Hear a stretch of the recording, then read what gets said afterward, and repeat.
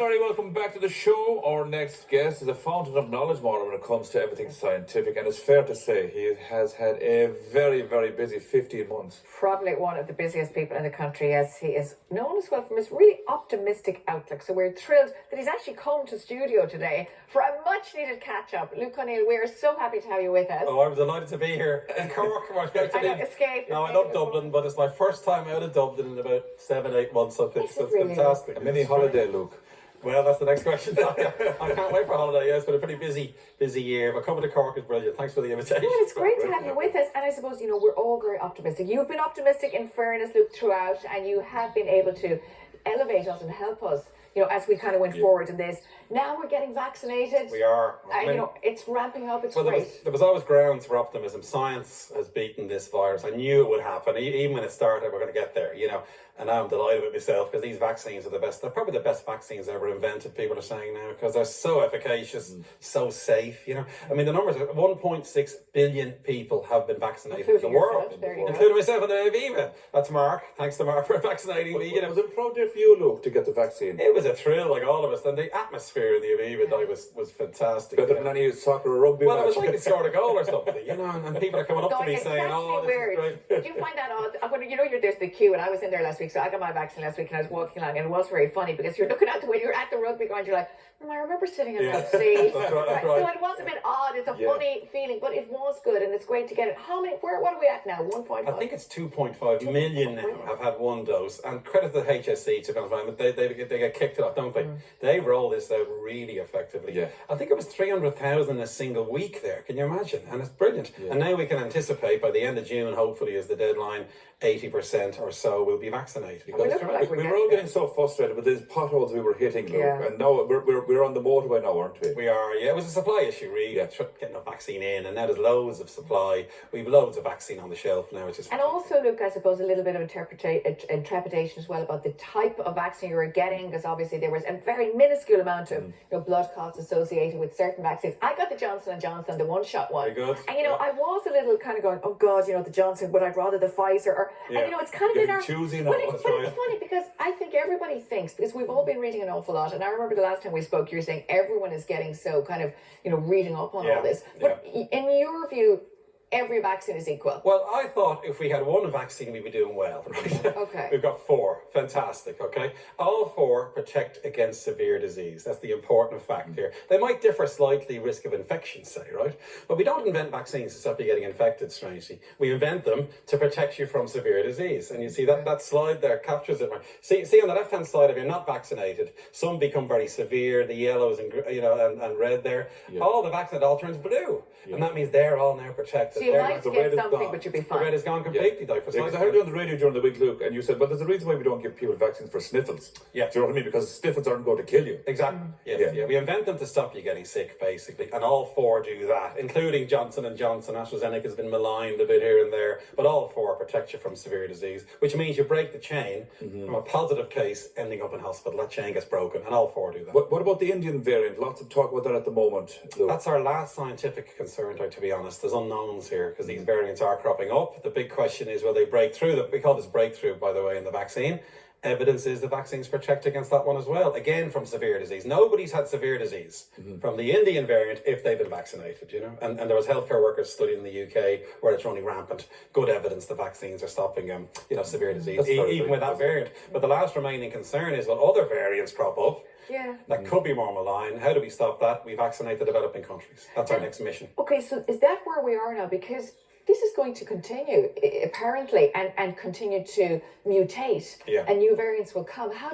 Are we always going to have to be ahead of this? The goal is it should be like the flu in the end, where another infectious disease that infects people occasionally, and we vaccinate against it every winter. That's the ultimate goal in a sense. And with the new variants, 3 things to think about: get the vaccine out to the developing world very important, hunt them down, keep looking for them very carefully, and get ready for a booster. There's a chance in the winter, older people now and the vulnerable, just like the flu, you may get a booster shot, which is great. I mean, that's perfectly feasible. Luke, what about people who are suffering from long COVID?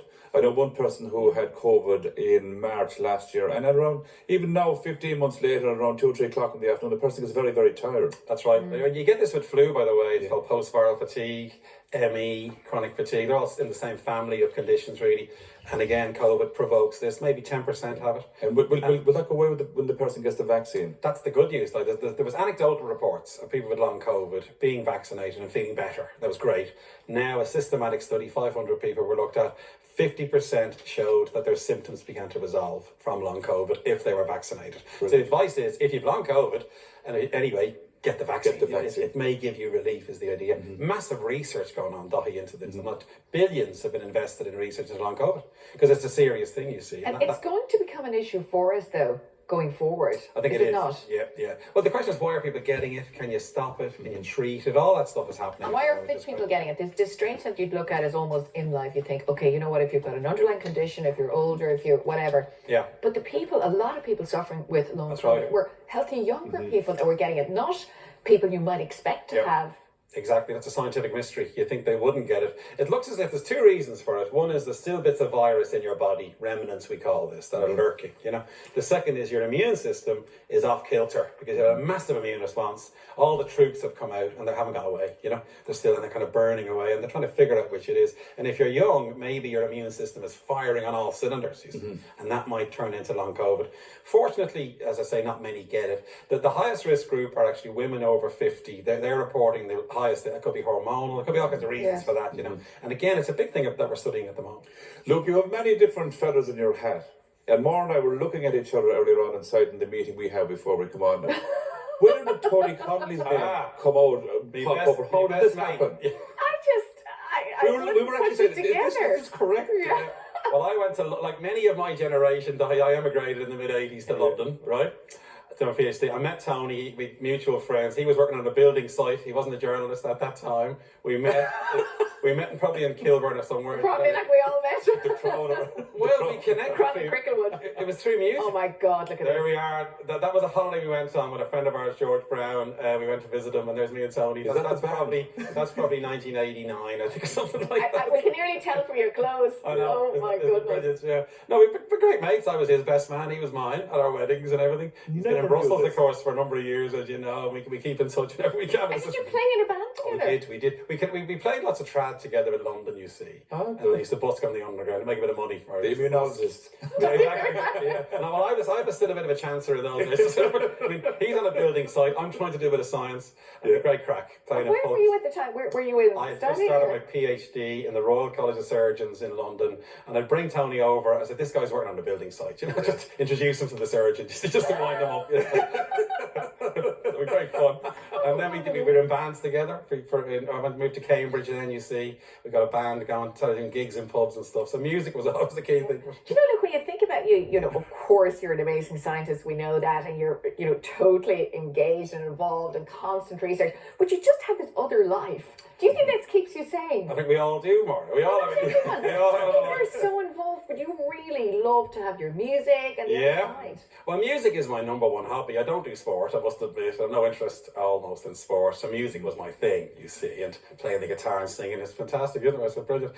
Through the lockdown, it kept me going, by the way. It's a good one. We're all the same. Well, music is a wonderful relaxer, isn't it? It's a great thing. Yeah, well, when you look at the work side of it, Luke, like that can be very, very intense. And particularly, as we said there in the last 15 months, you need something like music to balance it out. Exactly. I bash away on the guitar at the weekend just to get, and of course in the Metabolics, the band I'm in, 3 medics in the band. And I'll give Enda's on the front line. He's an intensive care guy in James's, for instance. We've got 3 consultants in the band, and we all, we love music, and it's our way to. We've got to go see you. Are you going to have gigs? Well, if only they'd allow them. No, seriously. The Metabolics. This is going to be the lineup. Slain, headline. That's right, exactly. Yeah, well, it'll be great. We can't wait for music to come back, and I feel so sorry for musicians. Yeah. We have 2 professionals in the band, by the way. They haven't made a living in over a year and a half. It's tragic for them, So let's hope music can come back, and the vaccines will be the way to bring us back. By the way, will you take a holiday this year? I'm hoping so. Yeah. Exactly. Well, we come to Cork every summer, actually, to Roach's Point, so we'll come down in August and relax, hopefully. Yeah. Do you think people will be on planes? It's such a debate. We talk about it so much on the show, and people getting in touch with us. We saw Michael O'Leary telling the country that people are booking all over the place. I think we have to go back to it. I mean, Yeah. the sooner we can get things back, the better, for all kinds of reasons. There's the industry aspect, the economy, people's worries and concerns, and the travel pass. The EU are setting it. That's a very sensible thing. If you've been vaccinated, or you test negative, or you've had the disease, you get the travel pass. I just you think can travel to these countries. That has to come back. It has to. Look, where we were this time last year, we probably spoke to this time last year as well, and where we are in 2021, worlds apart in one sense. Well, a year goes by in a day, doesn't it? Almost like that, and yet a day seems like a year. We've had a funny perception of time, haven't we? But here we are again. Yeah, exactly. But the vista's great. I mean, we didn't have the vaccine back then, remember? My fear was it would take another year to get a vaccine, you see. And remember in November, the Sun came out with the Pfizer vaccine. Never forget that day. 95% efficacy. I sort of began to relax then. And now it's happening. And now we've got these 4 vaccines. So hopefully if you were to put a time on it, that we could live with this, that we will regulate ourselves again, be normal in our lives. That's always a dodgy one to predict, but certainly when we get to the autumn, if everybody's been vaccinated and we got full protection, of course we can begin to relax, because now the threat of this disease is definitely now on the run. You know, now at the moment we got to be careful because not everybody's vaccinated. There's a risk of infection. Good ventilation is critical, as all the usual. Just keep the ship steady for the next couple of months. Get to September, different story then. Luke, thank you very much, and thank you for being with us all season as well. Yes, and a big thanks for the country to keeping us all positive as well. Thank you for staying positive. Thanks very much for inviting me. Have a nice summer. I'm dying to think about Metabolics. That's it. Have you got a Facebook page? That's another gig we're going to. That is the only gig I want to go to this year, to be honest. Now, earlier on we met Mary Horgan, a mum of 2 from Innishannon here in County Cork. She has had a tough year, losing her hair and working on the front line as well in a COVID ward. Now, this is our